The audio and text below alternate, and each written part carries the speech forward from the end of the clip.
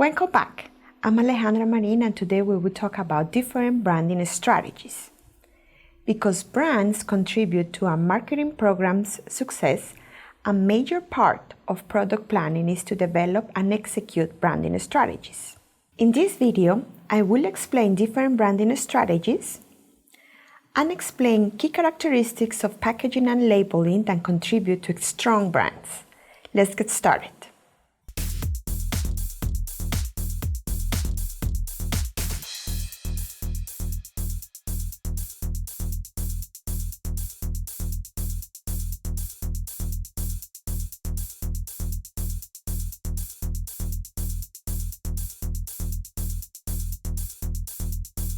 Marketers have to determine which branding strategy approaches to use depending on different factors. Here are some branding strategies: individual brands versus family brands, national and store brands, generic brands, licensing, and co-branding. Decisions on these strategies are critical. However, it's not always an easy or obvious choice. Let's see in detail what these strategies mean. Part of developing a branding strategy is to decide whether to use a separate, unique brand for each product item, an individual brand strategy, or to market multiple items under the same brand name, a family brand or umbrella brand strategy. Individual brands may do a better job of communicating clearly and concisely what the consumer can expect from individual products. For instance, Procter & Gamble uses individual branding to compete in different product categories, such as baby care, fabric care, and personal health care. Procter & Gamble does not want the consumer to associate the brand of diapers with the brand of detergents. There is a potential dark side to having too many brands because they become undifferentiated in the eyes of the consumer as a result of poor positioning or when they stray too far apart from the parent brand, which result in loss of synergy. Instead, in an umbrella or family strategy, a well-known company like Apple may find that its high brand equity in categories such as computers can sometimes rub off on another product using the same brand as a smartphone or a smartwatch. In these circumstances, a family branding strategy will work better. The issue with umbrella branding is that when there is a difficulty in one product, the negative perceptions can affect other products under the same brand. In addition to choosing from producers' brands called national or manufacturer brands, retailers decide whether to offer their own versions of products under the private label brands. Private label brands, also called store brands, are the retail stores or chains' exclusive trade name. Walmart, for example, sells a store brand Sam's Cola and Sam's Cookies, along with national brands such as Coke and Oreos.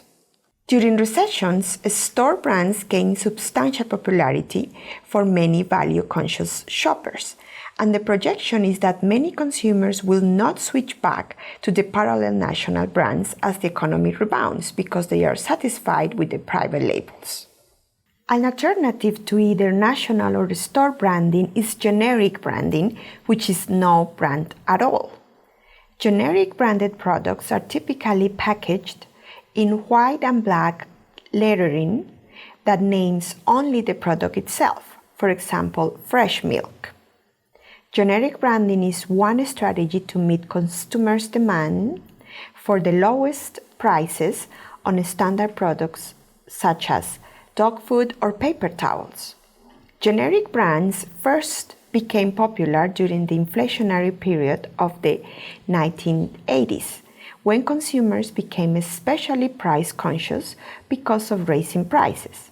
Lately, they have experienced resurgence when the economy is not doing well. Some firms choose to use a licensing strategy to brand their products. This means that one firm sells another firm the right to use a legally protected brand name for a specific purpose or for a specific period. Why should a company sell his name? Licensing can provide instant recognition and consumer interest in a new product. This strategy can quickly position a product in a target market as it trades on the high recognition of the license among the consumers in that segment. A familiar form of licensing occurs when Texas Tech licenses their brand to manufacturers such as Nike and Under Armour for them to produce different products. Co-branding benefits both partners when combining the two brands, providing more recognition power than either enjoys alone. For instance, Taco Bell sells spicy chicken Cool Ranch Doritos Locos Tacos. A new and fast-growing variation on co-branding is ingredient branding, in which branded materials become component parts of other branded products. Intel followed this strategy by including a sticker on laptops with Intel components. A package is the covering or container of a product, but is also a way to create a competitive advantage. An important functional value of a package is that it protects the product. In addition to protecting the product, effective packaging makes it easy for consumers to handle and store the product. Over and above these utilitarian functions, however, the package communicates brand personality. Effective product packaging uses colors, words, shapes, designs, and pictures to provide brand and name identification for the product. In addition, packaging provides product facts, including flavor, fragrance, directions for use, suggestions for alternative uses, for example, recipes, safety warnings, and ingredients. Packaging may also include warranty information and a toll-free telephone number for customer service. In summary, we talked about different branding strategies and about how packaging and branding are related. Brands can be highly influential in the marketing strategies of companies. Thus, marketers need to take strategic decisions about how to develop strong brands.